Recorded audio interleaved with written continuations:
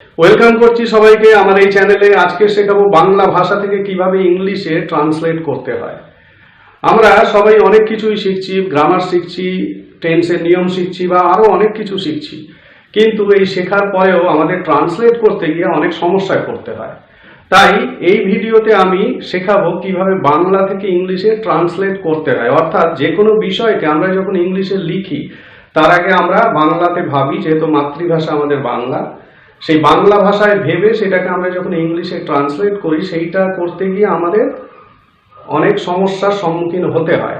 তো এই ট্রান্সলেশনটা আমরা কিভাবে করব এই ভিডিওতে আমি দেখাবো। অর্থাৎ এই ভিডিওটা হবে বাংলা থেকে ইংলিশে ট্রান্সলেশন করার ভিডিও। তাই এই ভিডিওটা খুবই গুরুত্বপূর্ণ এবং আকর্ষণীয় হবে তোমাদের কাছে। তোমরা এই ভিডিওটা আগাগোড়া দেখতে থাকো। তাহলে শুরু করছি, বাংলা থেকে কিভাবে ইংলিশে ট্রান্সলেট করবে। বাংলা থেকে ইংলিশে ট্রান্সলেট করতে গেলে আমাদের কতগুলো জিনিস আগে জেনে নিতে হবে। বাংলা থেকে ইংলিশে ট্রান্সলেট করতে গেলে তোমাদের কতগুলো জিনিস আগে জেনে নিতে হবে। সেই জিনিসগুলো কি কি আমি এখানে লিস্ট করে দিচ্ছি, বুঝিয়ে দিচ্ছি, ভালো করে বুঝে নাও বা দেখো। প্রথমে যে বাক্য বা সেন্টেন্স ট্রান্সলেট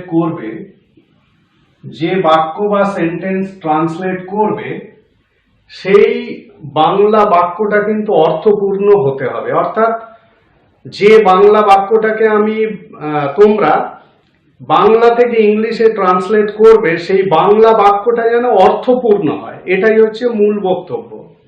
তার মানে বাংলা বাক্যটাকে অর্থপূর্ণ বাক্য হতে হবে, একটা সুন্দর অর্থপূর্ণ বাক্য হতে হবে। সেটা লেখো বা ভাবো, যাই করো।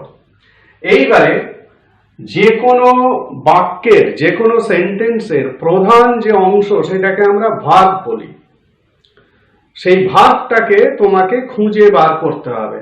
তার মানে প্রথমে কি বললাম, একটা সুন্দর বাক্য বা অর্থপূর্ণ বাক্য ভাবো বা লেখো।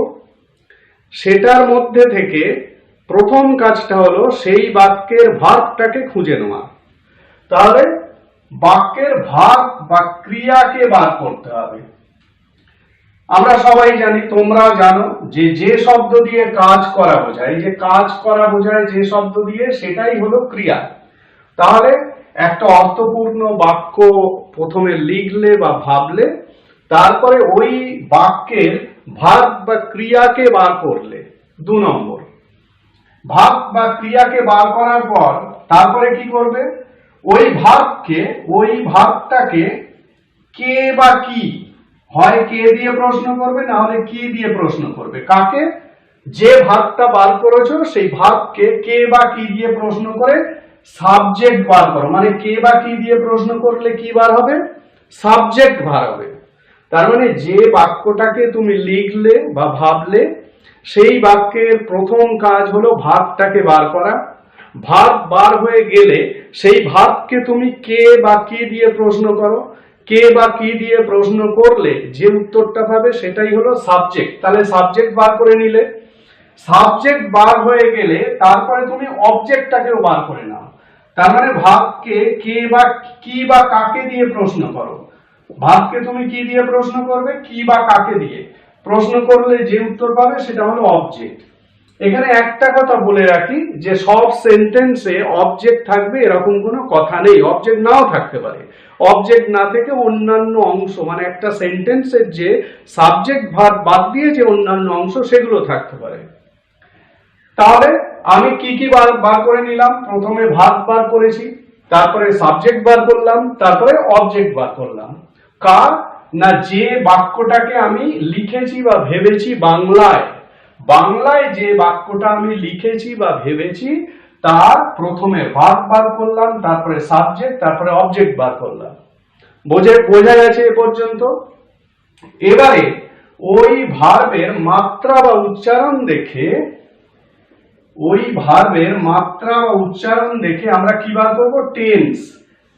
এই টেন্সটা নির্ণয় করতে হবে। মানে যে ভার্বটা দিয়ে আমরা এতক্ষণ ধরে সাবজেক্ট বার করলাম, অবজেক্ট বার করলাম, এইবার ওই ভার্বের মাত্রা বা উচ্চারণ দেখে তোমাদেরকে কি করতে হবে? টেন্সটা বার করতে হবে, টেন্স নির্ণয় করতে হবে।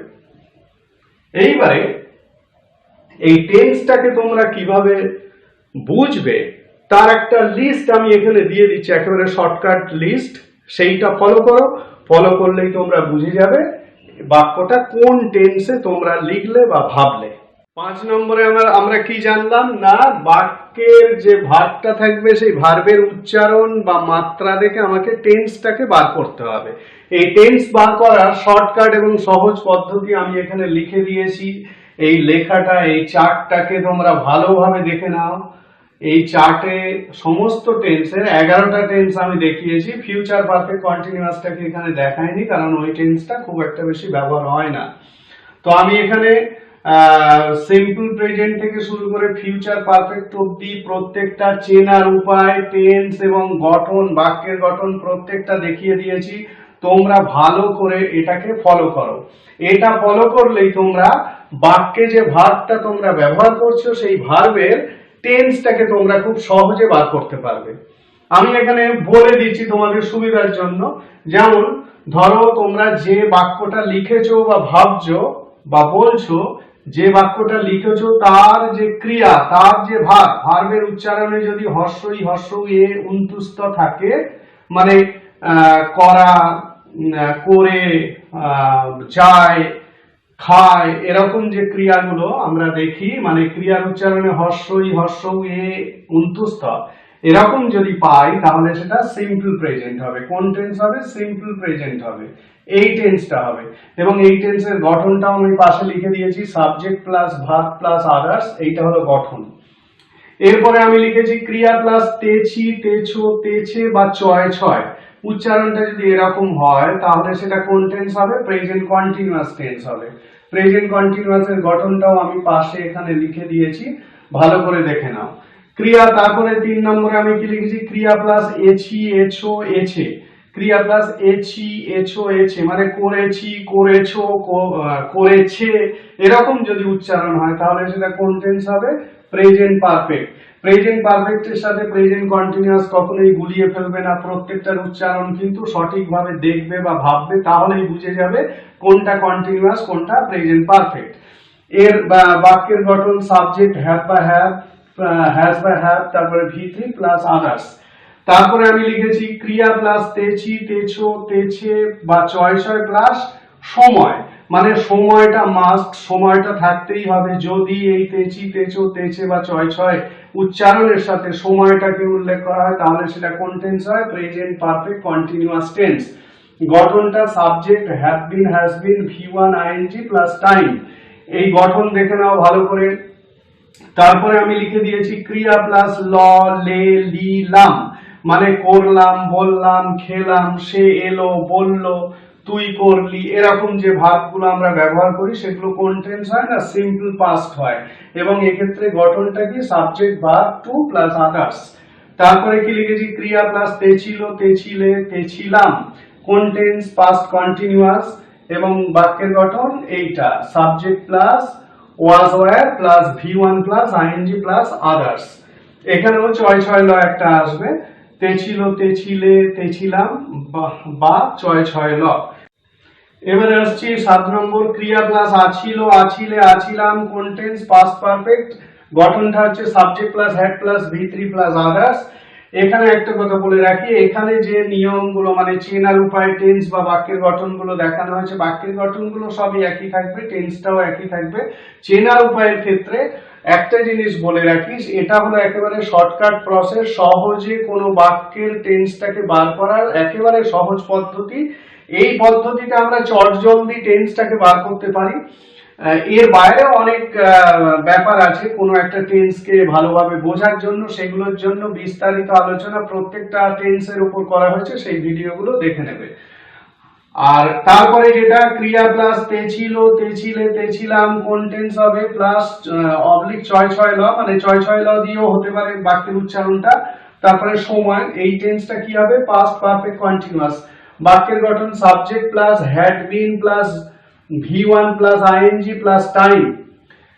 এরপরে ক্রিয়া প্লাস ববে বি, মানে কোন টেন্স? সিম্পল ফিউচার, একেবারে সহজ tense simple future. Subject plus shall will plus V1 plus others. এরপরে হচ্ছে ক্রিয়া প্লাস তে প্লাস থাকবো বা থাকবে, যে কোনো একটা হতে পারে ফিউচার কন্টিনিউয়াস। ফিউচার কন্টিনিউয়াস এর গঠন কি? Subject shall be, will be, ভি1 আইএনজি প্লাস আদার্স। একেবারে শেষে আমি লিখেছি ক্রিয়া প্লাস এ প্লাস ফেলবে বা যাবে প্লাস সময়, কোন টেন্স? ফিউচার পারফেক্ট টেন্স, এবং বাক্যের গঠন সাবজেক্ট উইল হ্যাভ ভি3 প্লাস টাইম। ফেলবে যাবে বা সময়, যেমন সে পৌঁছে যাবে, সে করে ফেলবে, তারপরে অবশ্যই একটা সময় থাকবে, মানে একটা নির্দিষ্ট অনির্দিষ্ট একটা সময় থাকবে। তো এই হলো আমার টেন্স গুলোকে বোঝার পদ্ধতি, একেবারে শর্টকাট পদ্ধতি, এবং এই পদ্ধতিগুলো আগে ফলো করো যারা বেসিক থেকে একেবারে গোড়া থেকে শিখতে চাও ইংরেজিটাকে।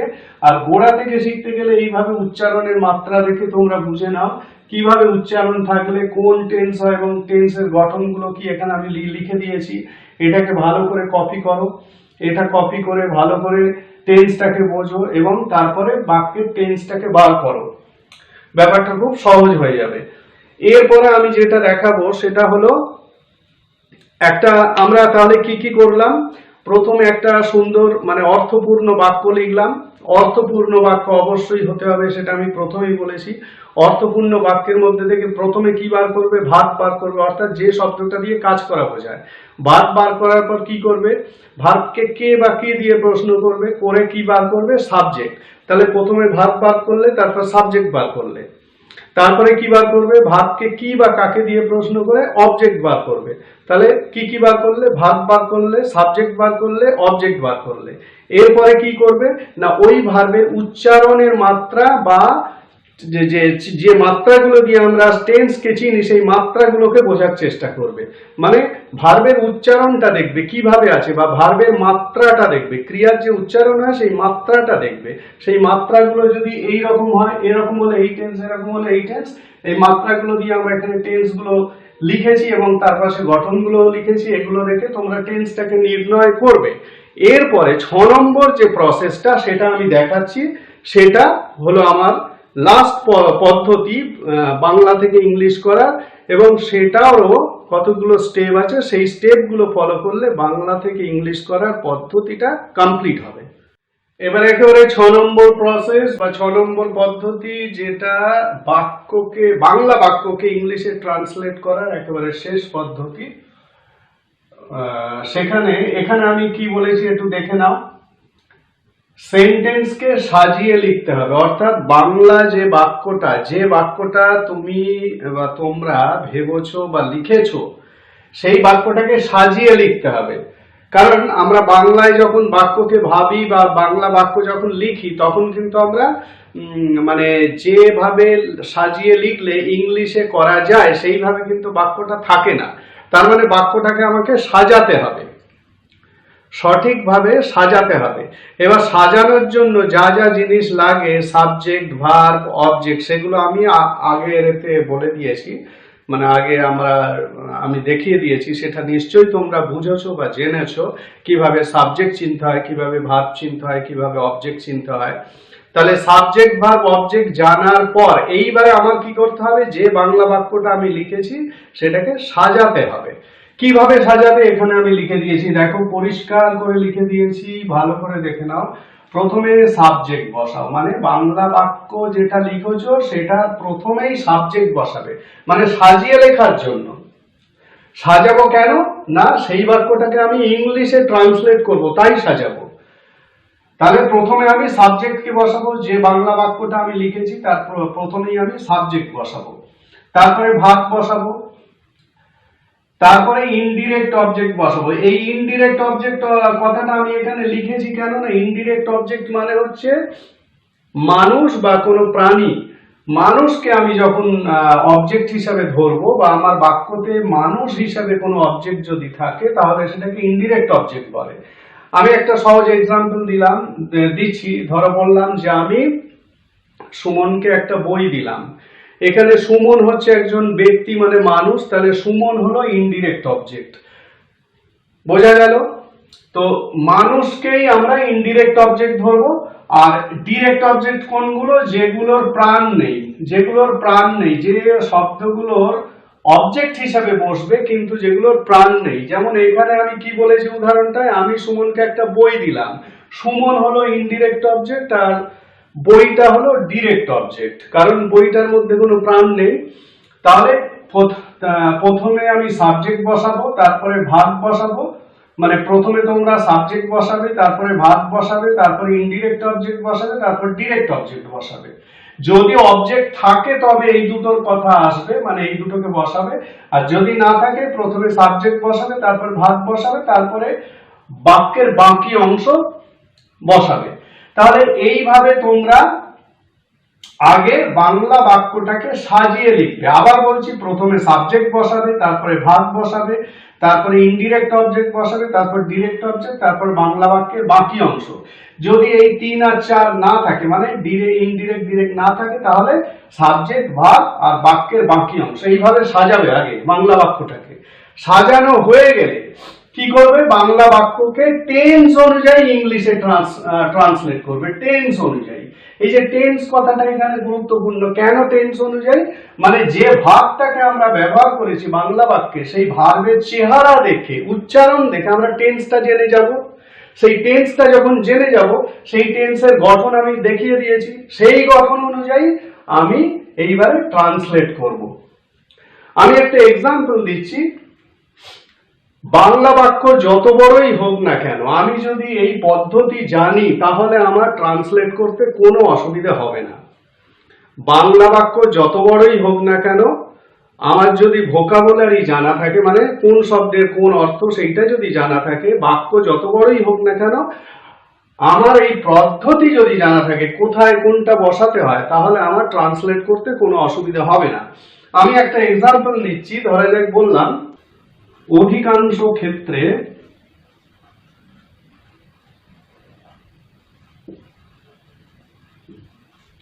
পরিবেশ দূষণ ঘটায়, পরিবেশ দূষণ ঘটায় CO2। এই একটা বাক্য আমি লিখেছি, অধিকাংশ ক্ষেত্রে পরিবেশ দূষণ ঘটায় CO2। এটা এই ধরনের একটা বাক্য ধরা যাক তোমরা লিখেছো। এটা একটা অর্থপূর্ণ বাক্য, কোনো সন্দেহ নেই।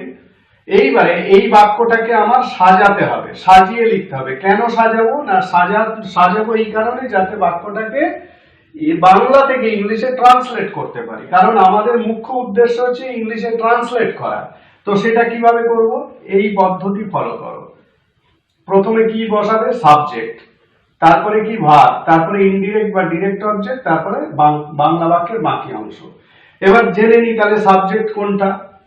সাবজেক্ট কিভাবে চিনতে হয়, সবচেয়ে প্রথমে আমাকে দেখতে হবে ভার্ব কোনটা এই বাক্যের, কারণ আমি নিয়মে দেখিয়ে দিয়েছি যে প্রথমে আমাকে ভার্বকে বার করতে হবে। তাহলে ভার্ব কোনটা, কোন শব্দটা দিয়ে কাজ করা বোঝাচ্ছি, আমি আন্ডারলাইন করছি প্রত্যেকটা শব্দকে। এগুলো এক একটা শব্দ, এটাকে একটা ধরা যায়, আমি এখানে দুটো ধরে নিচ্ছি। 1 2 3 4 5 6, 6টা শব্দ আছে। 6টা শব্দ নিয়ে একটা অর্থপূর্ণ বাক্য তৈরি হয়েছে।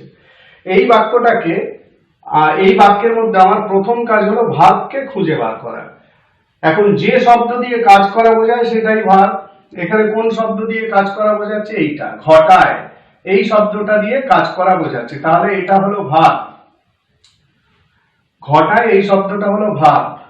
এইবারে এই ভার্বটাকে আমি কে বা কি দিয়ে প্রশ্ন করলে যে উত্তর পাবো সেটাই হচ্ছে সাবজেক্ট। তাহলে আমি প্রশ্ন করছি কে ঘটায়, কে ঘটায় মানে কে পরিবেশ দূষণ ঘটায়, মানে কে ঘটায়, এরকম যদি বলি তাহলে উত্তর আসবে CO2, তার মানে এইটা হলো সাবজেক্ট।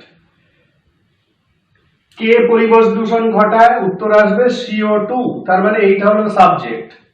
এক্ষেত্রে অবজেক্ট আমার হ্যাঁ, কে পরিবেশ দূষণ ঘটায় না CO2 ঘটায়, তাহলে CO2 হলো সাবজেক্ট, ঘটায় হলো ভার্ব। ঘটায় শব্দটাকে কে বা কি দিয়ে প্রশ্ন করে আমরা যে কে বা কি দিয়ে প্রশ্ন করে যে উত্তরটা পাচ্ছি সেটা হলো CO2, মানে CO2 হলো সাবজেক্ট। আর পরিবেশ দূষণ এটা হলো আমার কি ঘটায়, এটা হলো আমার অবজেক্ট। এই পুরোটাকেই আমি ধরে নিচ্ছি পরিবেশ দূষণ একটা শব্দ, তাহলে এটাকে আমি অবজেক্ট ধরে নিচ্ছি। তাহলে আমি সাবজেক্ট ভার্ব অবজেক্ট পেয়ে গেলাম। সাবজেক্ট ভার্ব অবজেক্ট আমি পেয়ে গেলাম। এইবারে আমার আর কোনো অসুবিধা হওয়ার কথা নয়, তোমাদের কোনো অসুবিধা হওয়ার কথা নয়, কারণ তোমরা সাবজেক্টও পেয়েছো, ভার্বও পেয়েছো, অবজেক্টও পেয়েছো। তাহলে এইবারে এইরকম ভাবে সাজিয়ে দাও। তাহলে প্রথমে সাবজেক্ট, এটা আমি লিখছি। যেহেতু তোমরা একেবারে বেসিক থেকে শিখছো, গোড়া থেকে শিখছো যে কিভাবে বাংলা থেকে ইংলিশে ট্রান্সলেট করতে হয়, তোমাদের কিন্তু এইভাবে শেখার মানে এই পদ্ধতিতে শিখতে হবে। এই পদ্ধতিতে না শিখলে আস্তে আস্তে রপ্ত হতে হতে মনে মনেই তুমি ট্রান্সলেট করে ফেলতে পারবে। কিন্তু তোমাকে প্রাথমিকভাবে এইভাবে কিন্তু তোমাকে এগোতে হবে। প্রথমে ভার্ব দেখবে, ভার্বকে কে বা কি দিয়ে প্রশ্ন করে যে উত্তর পাবে সেটা সাবজেক্ট দেখবে, তারপরে ভার্বকে আবার কি বা কাকে দিয়ে প্রশ্ন করে যে উত্তর পাবে সেটা অবজেক্ট। এই তিনটে জিনিস বের হয়ে গেল মানে তোমার বাক্য সাজানো মোটামুটি, মানে তুমি বাক্য সাজাতে যা যা জিনিস লাগে সেগুলো পেয়ে গেলে। এবার আমি সাজাই। সাবজেক্ট যেহেতু প্রথমে সাবজেক্ট বসাও, তাহলে CO2, তারপরে কি লিখবো ভার্ব, তাহলে ভার্ব কোনটা ঘটায়, CO2 ঘটায়। তারপরে কি লিখবো ইনডিরেক্ট অবজেক্ট বা ডিরেক্ট অবজেক্ট, আমি অবজেক্ট হিসেবে ধরছি। CO2 ঘটায় পরিবেশ দূষণ, CO2 ঘটায় পরিবেশ দূষণ। তারপরে কি বাকি অংশ মানে অধিকাংশ ক্ষেত্রে, অধিকাংশ ক্ষেত্রে CO2 ঘটায় পরিবেশ দূষণ অধিকাংশ ক্ষেত্রে। এটা হলো আমার সাজিয়ে লেখা বাক্য। এই বাক্যটাকে মানে এই বাক্যটাকে আমি সাজিয়ে এইভাবে লিখলাম, কারণ সাজিয়ে না লিখলে আমি বাংলা থেকে ইংলিশে ট্রান্সলেট করতে পারবো না। তাহলে CO2 ঘটায় পরিবেশ দূষণ অধিকাংশ ক্ষেত্রে, এইটাকে এবারে আমি ট্রান্সলেট করব। এইবারে ট্রান্সলেট করার সময় আমি এখানে কি লিখে দিয়েছি, সাজানো হয়ে গেলে বাংলা বাক্যকে টেন্স অনুযায়ী ইংলিশে ট্রান্সলেট করো। এবার টেন্স বোঝার জন্য আমাকে কি করতে হবে, এই ভার্বের উচ্চারণটা দেখতে হবে। ভার্বের উচ্চারণটা আমি কিভাবে দেখছি, ঘটায় মানে ক্রিয়ার সঙ্গে উন্তুস্তা যোগ আছে। ক্রিয়ার সঙ্গে উন্তুস্তা কোন টেন্সে যোগ থাকে, মানে কোন বাংলা উচ্চারণে থাকে, সেটা present tense, simple present.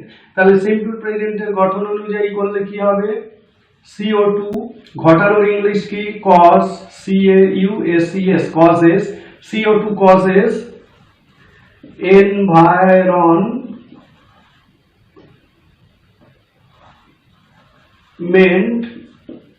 pollution, CO2 causes environment pollution অধিকাংশ ক্ষেত্রে। এটা একটা ম্যানার বোঝাচ্ছে, কি রকম ভাবে না অধিকাংশ ক্ষেত্রে। তাহলে এটাকে আমি কিভাবে লিখবো, এটাকে হয় প্রথমে লিখবো, প্রথমে লিখলে শুনতে ভালো লাগবে, বা শেষে আমি এখানে লিখে দিচ্ছি তোমাদের বোঝার সুবিধার জন্য, যেহেতু বাকি অংশ। তাহলে CO2 causes environment pollution mostly, CO2 causes environment pollution mostly। এটা হলো, এটা বাংলা, এটা ইংলিশ। বাংলা থেকে ইংলিশে আমরা এইভাবে ট্রান্সলেট করলাম। এটাই হলো এই ভিডিও থেকে আমরা যেটা পাচ্ছি, এই ভিডিও থেকে তোমরা যেটা শিখলে সেটাই হলো এইটা, যে বাংলা থেকে কিভাবে ইংলিশে ট্রান্সলেট করতে হয়। তো বাংলা তোমরা ভেবেছো, এইটা ভেবেছো, সেই ভাবনাটাকে সাজিয়ে লিখেছো এইভাবে, এবং সেই সাজিয়ে লেখাটাকে ইংলিশে করেছো এইভাবে। তাহলে তোমরা এই ভিডিও থেকে কি জানলে না, কিভাবে বাংলা বাক্যকে ইংলিশে ট্রান্সলেট করতে হয়। আমি এখানে একটা উদাহরণ দেখিয়েছি, আরো দু একটা উদাহরণ দেখাচ্ছি তোমাদের সুবিধার জন্য, যাতে আরো বেশি করে বুঝতে পারো।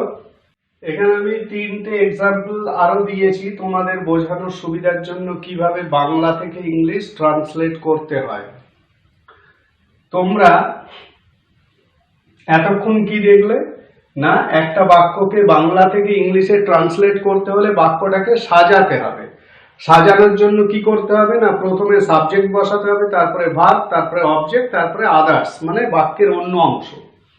সাবজেক্ট, ভার্ব, অবজেক্ট এগুলো সম্পর্কে তোমরা ধারণা নিশ্চয়ই পেয়েছো, যে সাবজেক্ট কাকে বলে, অবজেক্ট কাকে বলে, ভার্ব কাকে বলে, এগুলো সব জেনেছো। এইবারে সেই বাক্যটাকে এবারে সাজিয়ে তোমরা ইংলিশে ট্রান্সলেট করো। আমি এখানে এই যে এক্সাম্পলটা লিখেছি, আমরা চোখের সাহায্যে দেখি। এখানে দেখো, প্রথমে আমি কি বলেছি, ভাবকে দেখে নেবে, ভাব বার করবে। তাহলে ভাব কোনটা? ভাব হচ্ছে দেখি, ভাব হচ্ছে দেখি। তাহলে আমি যখন এটাকে সাজাবো, প্রথমে কি লিখবো? সাবজেক্ট। সাবজেক্ট কে দেখে?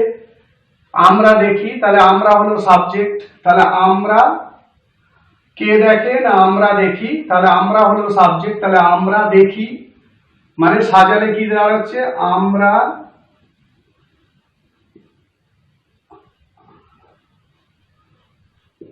আমরা দেখি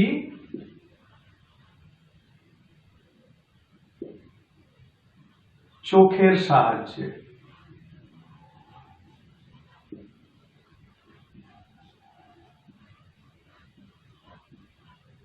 আমরা দেখি চোখের সাহায্যে, এইটা হলো আমার সাজিয়ে বাংলাটাকে লিখলে, ট্রান্সলেট করার উদ্দেশ্যে সাজালে এরকম হবে।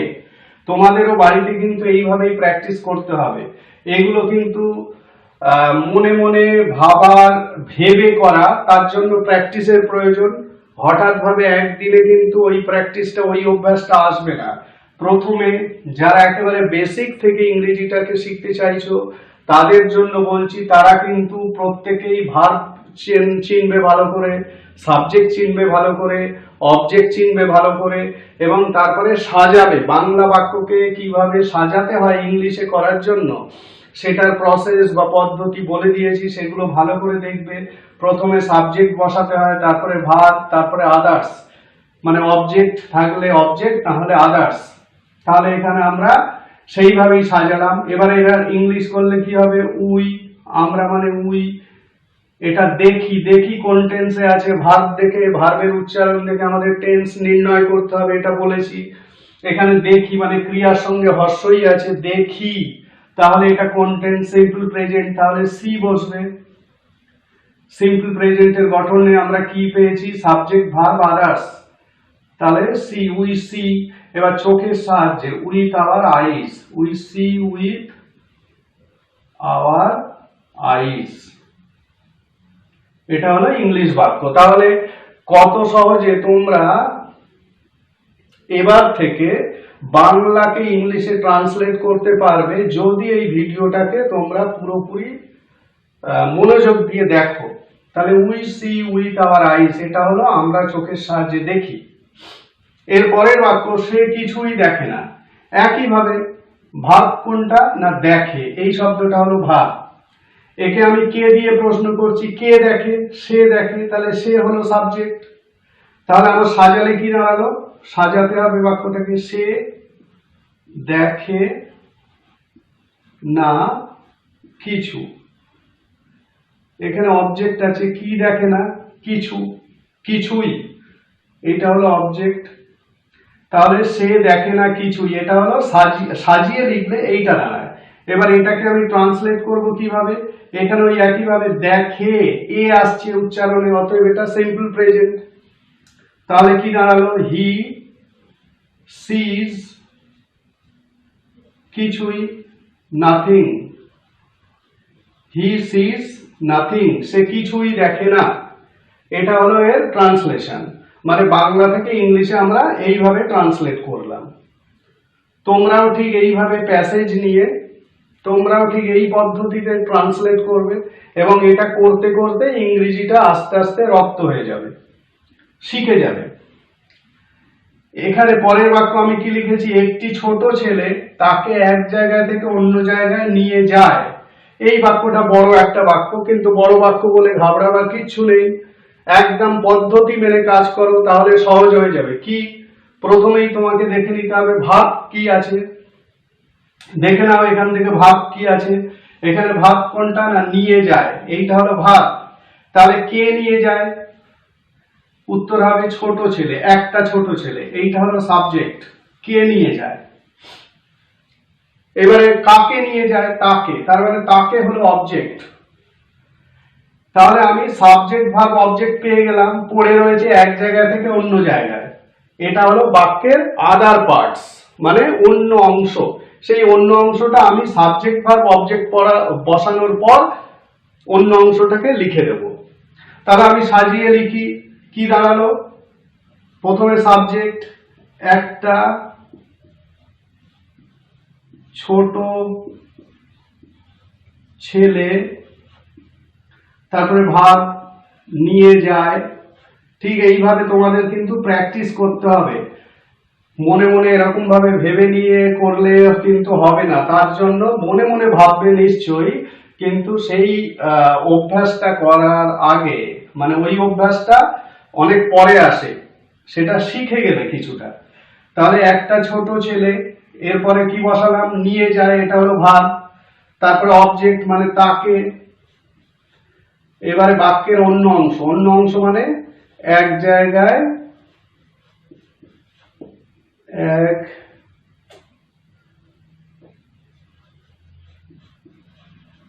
এক জায়গায় থেকে অন্য জায়গায়, এটা হলো আমার সাজিয়ে বাক্যটাকে আমি যদি লিখি তাহলে এরকম দাঁড়ায়। তাহলে এই বাক্যটাকে আমি এবারে ইংলিশে লিখছি। ইংলিশে লিখলে কি হবে, একটা ছোট ছেলে, এ লিটল বয়। কত সহজ লাগবে দেখবে, এইভাবে তুমি যদি ইংলিশে, বাংলা থেকে ইংলিশে ট্রান্সলেট করো, দেখবে তোমাদের কত সহজে বাক্যগুলো ইংলিশে ট্রান্সলেট হয়ে যাচ্ছে। এবং সেই ট্রান্সলেট করতে পারলে তখনই তুমি বুঝতে পারবে যে তুমি ইংরেজি কিছু লিখতে পারছো বা বলতে পারছো। এ লিটল বয়, একটা ছোট ছেলে, নিয়ে যায়। নিয়ে যায় মানে পরিচালনা করে নিয়ে যায়, এটাই বোঝাচ্ছে। তাহলে পরিচালনা করে নিয়ে যাওয়ার ইংরেজি কি? আর এটা কোন টেন্সে আছে? নিয়ে যায়, অন্তস্থ আছে উচ্চারণে, তাহলে এটা সিম্পল প্রেজেন্ট। তাহলে কি হবে? Leads. A little boy leads. এরপরে অবজেক্ট মানে তাকে, হিম। এ লিটল বয় লিডস হিম। তাহলে এ লিটল বয় লিডস হিম, একটা ছোট ছেলে নিয়ে যায় তাকে। কোথায়? মানে বাক্যের বাকি অংশ, ফ্রম ওয়ান প্লেস, এক জায়গা থেকে অন্য জায়গায়, অ্যানাদার। তাহলে কি দাঁড়ালো? ট্রান্সলেট করলে বাক্যটা কি দাঁড়াচ্ছে ইংলিশে? A little boy leads him from one place to another. A little boy leads him from one place to another. এটা হলো এই একটি ছোট ছেলে তাকে এক জায়গায় থেকে অন্য জায়গায় নিয়ে যায়, এই বাংলা বাক্যের ইংলিশ ট্রান্সলেশন। তাহলে আমি পুরো ভিডিওটাকে এবারে সামারি করে দিচ্ছি, মানে আমরা কি কি জানলাম এই ভিডিও থেকে। এই ভিডিওর আলোচনার বিষয় ছিল কিভাবে বাংলা থেকে ইংলিশে ট্রান্সলেশন তোমরা করবে। এটা একটা গুরুত্বপূর্ণ টপিক। এই টপিকটাকে বোঝার জন্য তোমাকে কি করতে হয়েছে বা করতে হবে? প্রথমে একটা অর্থপূর্ণ বাক্য তোমাকে লিখতে হবে, অর্থপূর্ণ বাক্য। সেই বাক্যের ভাবটাকে তোমাকে প্রথমে বার করতে হবে। ভাব বার করার পর ভাবকে তুমি কে বা কি দিয়ে প্রশ্ন করবে, করলে যে উত্তর পাবে সেটাকে সাবজেক্ট বলে। আবার ওই ভাবটাকে তুমি কি বা কাকে দিয়ে প্রশ্ন করবে, করলে যে উত্তর পাবে সেটা অবজেক্ট পাবে। তাহলে সাবজেক্ট ভার্ব অবজেক্ট পেয়ে গেলে, সাবজেক্ট ভার্ব অবজেক্ট পাওয়ার পর এইবারে তুমি ভার্বের উচ্চারণটা দেখো, মানে যে ক্রিয়াটা বাংলা বাক্যে তুমি লিখেছো সেই ক্রিয়ার উচ্চারণের মাত্রাটা দেখো, সেই মাত্রা অনুযায়ী টেন্স বার করো। টেন্স বার করা হয়ে গেলে এবার বাক্যটাকে সাজাও। সাজানোর জন্য কি করবে? প্রথমে সাবজেক্ট, তারপরে ভার্ব টেন্স ওয়াইজ, তারপরে অবজেক্ট, তারপরে বাক্যের বাকি অংশ। এইভাবে তুমি যদি বাংলা বাক্যকে সাজিয়ে ইংলিশে ট্রান্সলেট করো তাহলে ইংলিশ ট্রান্সলেশন খুব সহজ হয়ে যাবে। বাক্য যত বড়ই হোক না কেন, তুমি যদি এই পদ্ধতি মেনে করো তাহলে তোমার কোনো অসুবিধে হবে না, তোমাদের কোনো অসুবিধে হবে না, এবং খুব সহজে বাংলা থেকে ইংলিশে ট্রান্সলেট করতে পারবে।